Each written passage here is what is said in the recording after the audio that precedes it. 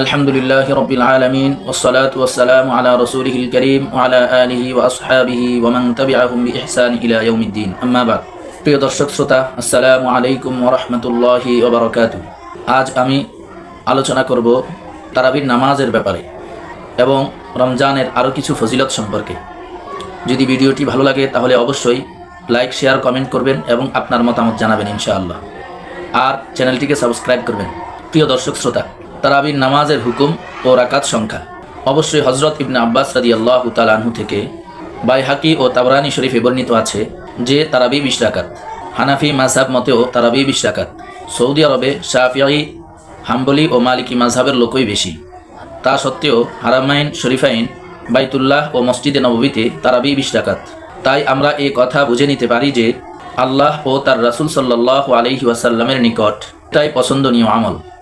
তারাবি সুন্নতে মুআক্কাদা, এটা সূরা তারাবি পড়লেও আদায় হয়ে যাবে। কিন্তু মাহে রমাজানে তারাবিহ নামাজে 30 পারা কোরআন খতম করা একটা ভিন্ন সুন্নত। সুতরাং সূরা তারাবি পড়লে একটা সুন্নত আদায় হলেও অপর সুন্নত খতমে কোরআন থেকে মাহরুম থাকতে হয়। এটা বড়ই আফসোস ও মাহরুমির কথা। আজ আমরা দুনিয়ার নেশায় ও ধান্দায় ঘন্টার পর ঘন্টা দাঁড়িয়ে থাকি।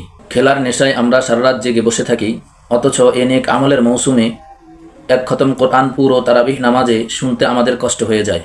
আমাদের অন্তরে সে জ্বালা নেই। অন্তরে জ্বালা থাকলে সারা রাত দাঁড়িয়ে নামাজ পড়তেও আমাদের কোনো কষ্ট হতো না।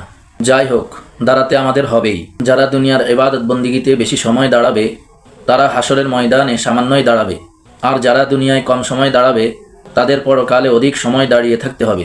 অতএব আসুন আমরা একটু সময় চিন্তা করি, দুনিয়ার সামান্য সময় দাঁড়াবো নাকি আখিরাতে অধিক সময় দাঁড়াবো, যার একদিন হবে দুনিয়ার 1000 বছরের সমান।